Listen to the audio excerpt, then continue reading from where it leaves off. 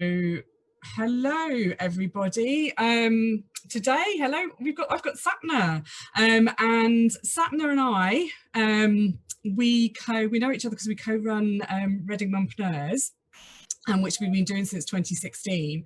And the reason I've got Sapna on today is Sapna has been, during lockdown and beyond, she has been running her Doortraits, which have been exceptionally well received. She's managed to get lots of press from it. I think particularly what I love about them, not only the stunning imagery, so Sapna's a photographer, web developer, I'll let her introduce herself in a second, but also the fantastic stories that she captures from the subjects of her Doortraits as well, which I think has made them particularly special, and I think why so many other people have loved them as well. So I'm just going to hand over to Sapna, just to introduce herself quickly, and then we'll find out more about how the Doortraits came about and what's happening next with them. So over to you, Sapna. Hi, I'm Sapna Odlin. I'm a photographer, weddings, branding, family photographer, that kind of thing. But my main background is that I have 20 odd years of web development experience. So yeah, I make small websites for creatives in Reading and also run Reading Mumpreneurs with you, Tanya. Yes, a very busy person. You also have another group, don't you? Your creatives collaborations group as well. Oh yes, I've got it's a Berkshire Creatives group, that's right. It was kind of set up for artists and creatives in Reading to be able to exchange skills and services, and just to be able to just take advantage of each other's kind of skills without having to, pay lots of money that they can't afford. For example, if somebody wanted a headshot but didn't want to pay, or couldn't afford to pay the going rate for it, but could offer, a month's worth of cakes, or I don't know, whatever the value may be, just to be able to exchange those skills and to be able to network with other creatives and that kind of thing. So brilliant. So yeah, bartering in a sense, as opposed to the standard way of paying. Yes, exactly. So moving on to the Doortraits. So how did the Doortraits come about? What made you decide to do them?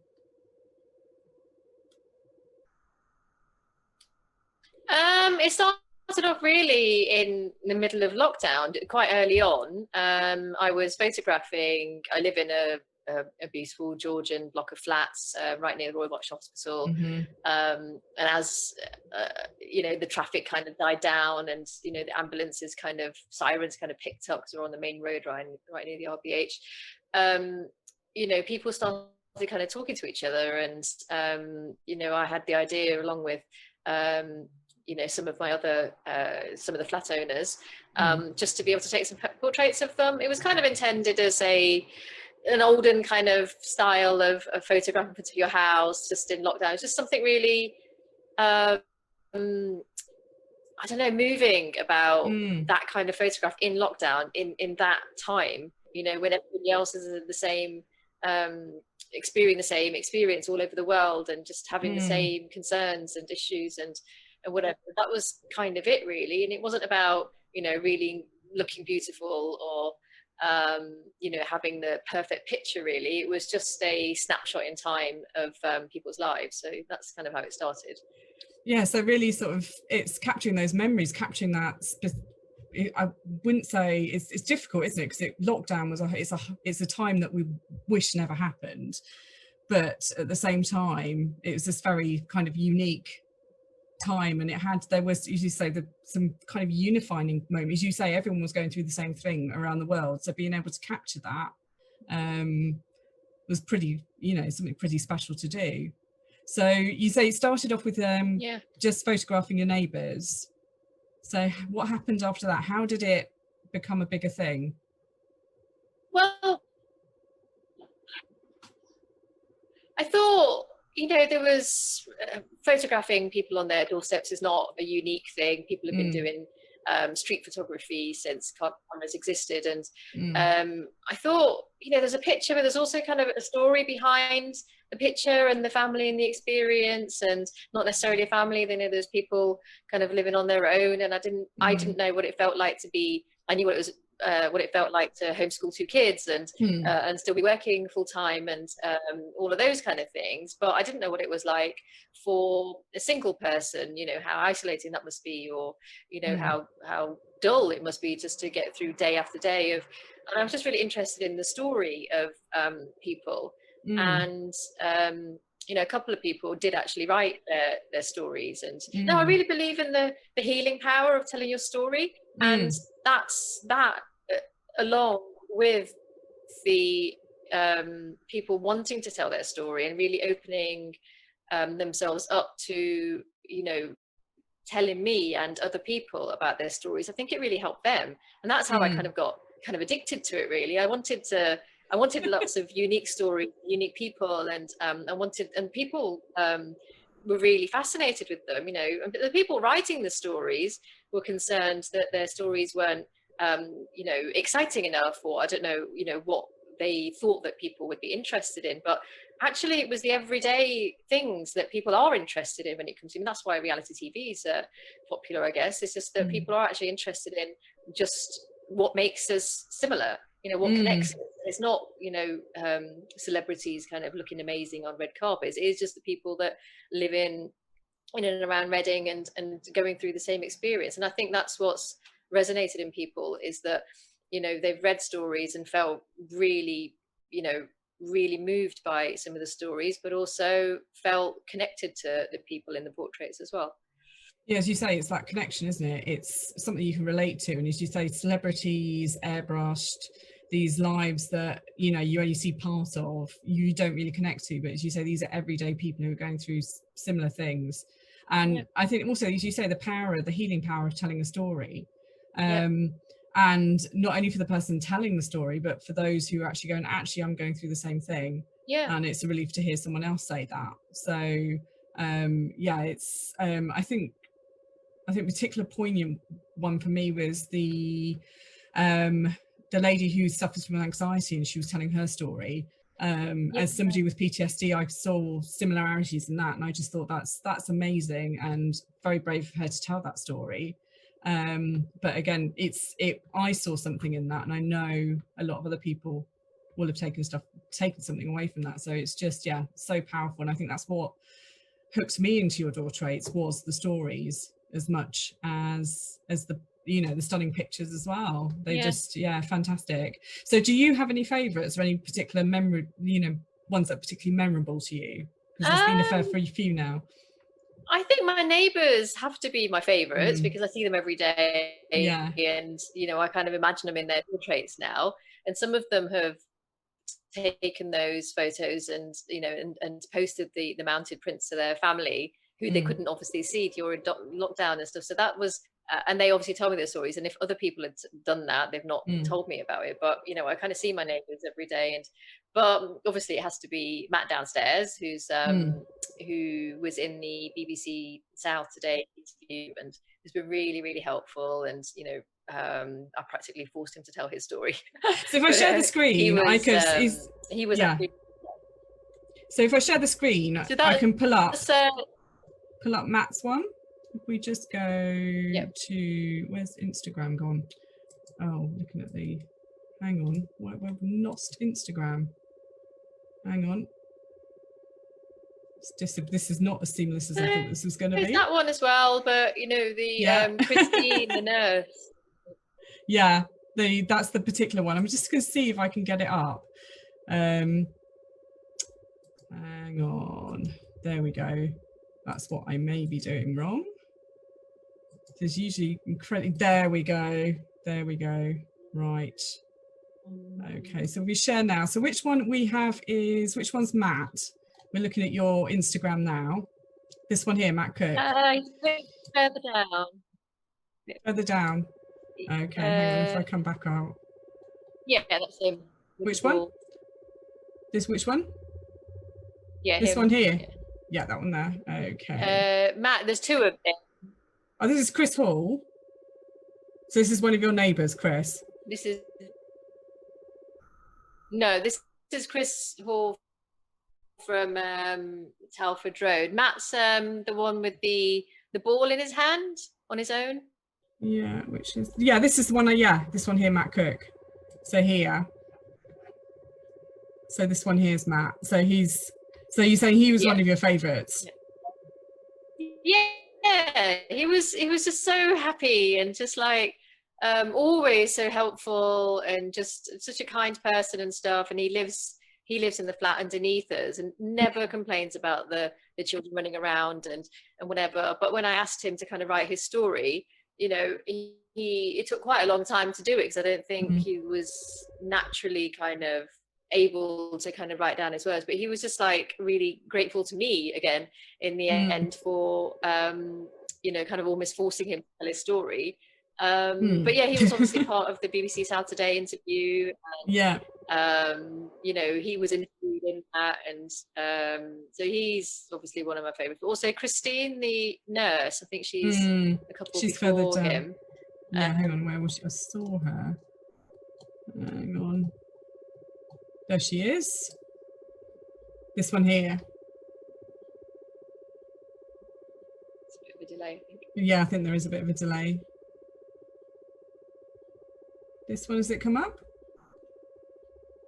Yeah, that's her. Yeah. Yeah. So, and she was the one, wasn't it? Hers. It kind of was.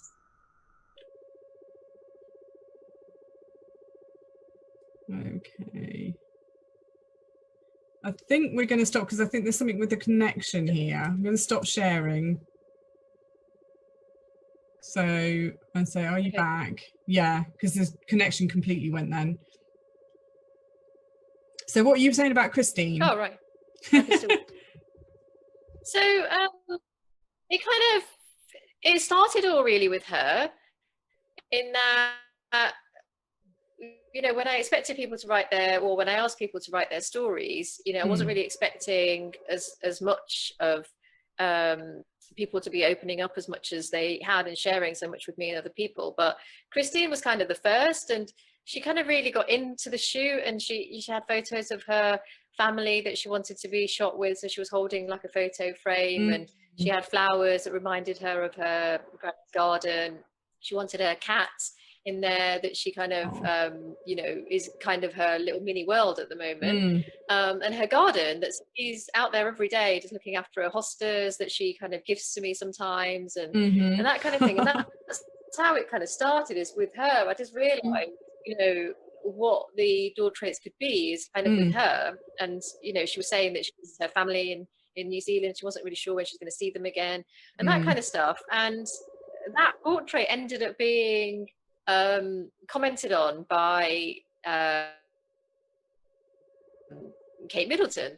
Yeah, it was, wasn't it? Which was a complete shock.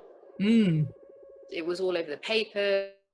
You know, Christy, yeah, they were everywhere. Just like they've been in something like 5 different newspapers, and online, I don't know how many or where. I keep Googling myself just to check. But yeah, that's kind of how it started. And then obviously BBC's Saturday and Kiss House, and just so many interviews and stuff. Radio interviews as well. With her, because she was the one that.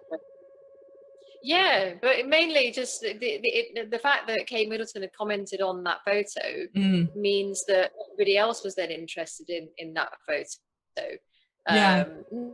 Not for the necessarily the reasons that I started doing the Doortraits, but obviously, you know, she comments on something and the world goes mad. So it kind of started with that even though that's not the reason that I did it, I can't help but think that's kind of how it started, really.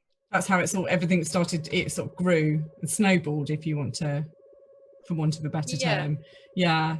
Although that's right. I'd say take some credit, because again, you know, the papers wouldn't have picked, even if she'd commented on it. If the photo's stunning, and you said the papers wouldn't have picked up on the photos, or wouldn't have republished the photos if they weren't really worth republishing. And then, again, I think what's made yours special is not just the stunning photography, but as you say, it's the stories. And she was probably commenting on the story that went with it as much as the photo, didn't she? So And it's your again, it's not just the people's story, it's again, you put your own bit into the beginning of each story as well, your own intro, which I think was also quite special as well. So yeah, I think that so they're all my kind of neighbors and community. That's kind of what I wanted to do, is introduce how these how I knew these people, what connection I had with them. They weren't just random people that I was photographing. And that's yeah, reminding me about that. That's a story in itself. It is actually, yeah. I didn't want to take too much from their story, but the introduction of how I know them, whether they're a friend or a neighbor, another photography community people that I know, and just like I just realized myself actually how diverse a network I have, and just the jobs that people do, and where people live, and you know, their own households and that kind of stuff. That made me realize, you know, I know a seismologist, I know Wow. a virus, like I know so many like amazing people that yeah, I kind of wanted to tell their story from my point of view, just as an introduction. And have you got to know your neighbours? I had actually forgot about that, but thank you. You're welcome. And have you got to know your neighbours more since lockdown? The fact you're all at home. Yeah, you know what it's like. Yeah. You know, we've got the communal, because I live in a flat. We've had the communal gardens and stuff, and people have kind of, you know, socially distanced, but you know, kind of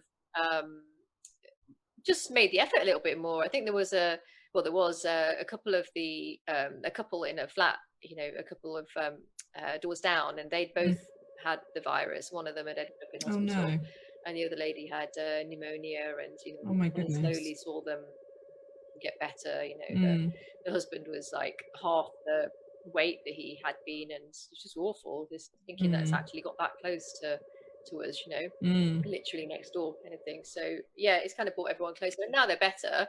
You know, you obviously the relationship continues. So you know, we check in on them, and there's a WhatsApp group, and people kind of ask if anybody needs anything. That's obviously kind of died down a little bit now, but when it in the peak of it, that's what people were doing, just offering to help each other out and do shopping for people and that kind of thing. Brilliant. My toilet roll. Vital. But yeah, I think that's one of the positives that's come out of it, isn't it? It's brought people closer, that you're not all in your own little bubbles doing, you know, everyone was rushing around chasing their own tails to have, you know, you had your work, your lives, and you didn't really communicate with those around you. And I think that's part of what your Doortraits have done, has captured that community spirit, and the fact that, you know, out of an awful situation, one of the positives is that the people, we've become closer to the people around us, and I think only good can come from that. And in sort of in terms of what's next for your Doortraits, you have started photographing businesses now, haven't you?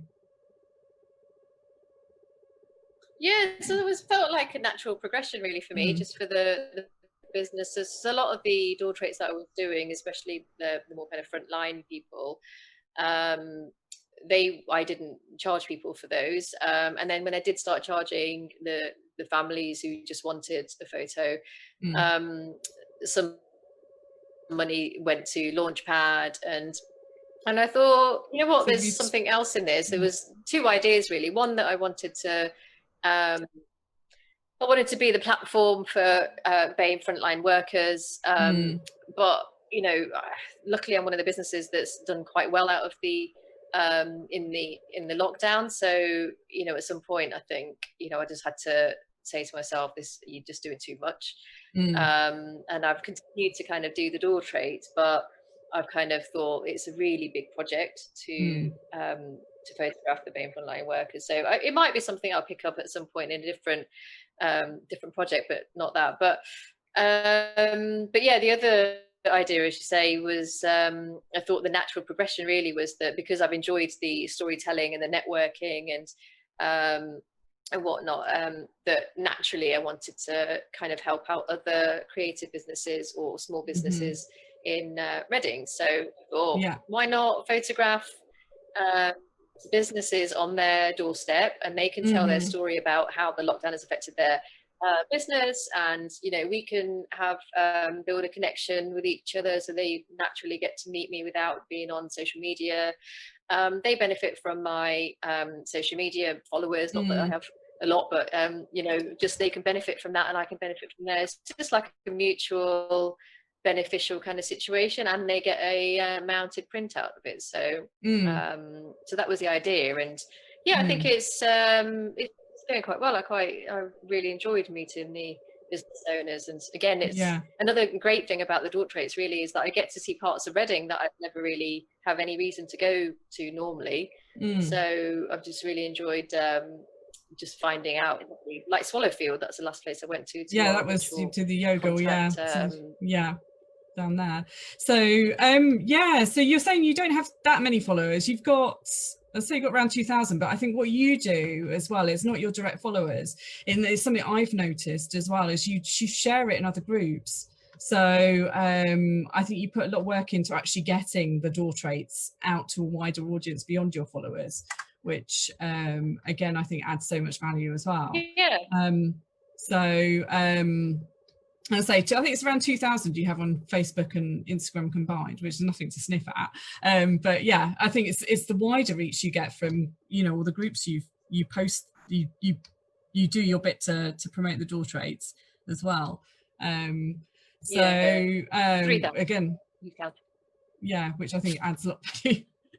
So who have you? So you've done. We talked about a mutual. We talked about the yoga instructor. So who else have you done business wise? I did the Bridges estate agent in Caversham. I've got a couple booked. Who's the lady in Caversham? She does like training on like cycle awareness or something like that, and baby yoga and that kind of thing. Everybody knows her. I can't remember her name. I feel terrible. But her, so I managed to get her. This is awful. I can't remember her name. I will remember. But I managed to forward her Doortrait and her story. Hers was kind of my interview style, so it wasn't as like the others. So I thought this is actually really well written, and the photographs are always also really good, and she's done really well in promoting herself as well. But I thought I'd forward it to some kind of magazine contacts that I have, and they were quite interested in featuring her. So she's managed to get her some publicity out of it as well. So for 50 quid, and it's a really good value. She's really good value, I think. Yeah, absolutely. So so you did that extra bit as well, as you say, you got the extra publicity. Like I said, I mean, it's naturally something I enjoy doing anyway, just helping other businesses out if I can. It helps me just kind of build my networks with people. It helps them. It's just mutually beneficial for kind of everybody, and if they get some publicity out of it as well, it's even better that I can feel like I've gone the extra mile for them. So them, and I think Sarah Collinson is a running friend, but also a business friend of mine. I've forwarded hers as well, and a few other people. So I mean, if it's a interesting story, or something that they want to talk about, they don't have to. I quite clearly tell them if they want to promote their business, that's exactly what it's for, and they can do that, and I can link back to the. It helps with the Google as well, because I write a blog about some of them, so it will link back to their website, and hopefully they'll link back to me. So it's a really nice little project, I think. Yeah, and sort of helping each other. So if anyone watching this, and we're doing and we're doing mine tomorrow, aren't we? Yes. Yes, we are in the thunder by the looks of so there could be some quite dramatic flashes. Oh, really? Yeah. We need to check the weather forecast for tomorrow. It keeps changing, but last time I looked it, so it could be interesting. But if anyone wants one. Sorry, just one last one. So I did one for Charlotte Lilliard. Poor lady, she lost her husband about 18 months ago. No. a single parent, and she makes amazing jewelry. Mm. She's just so understated. She doesn't really advertise her jewelry. I didn't realize how good it was.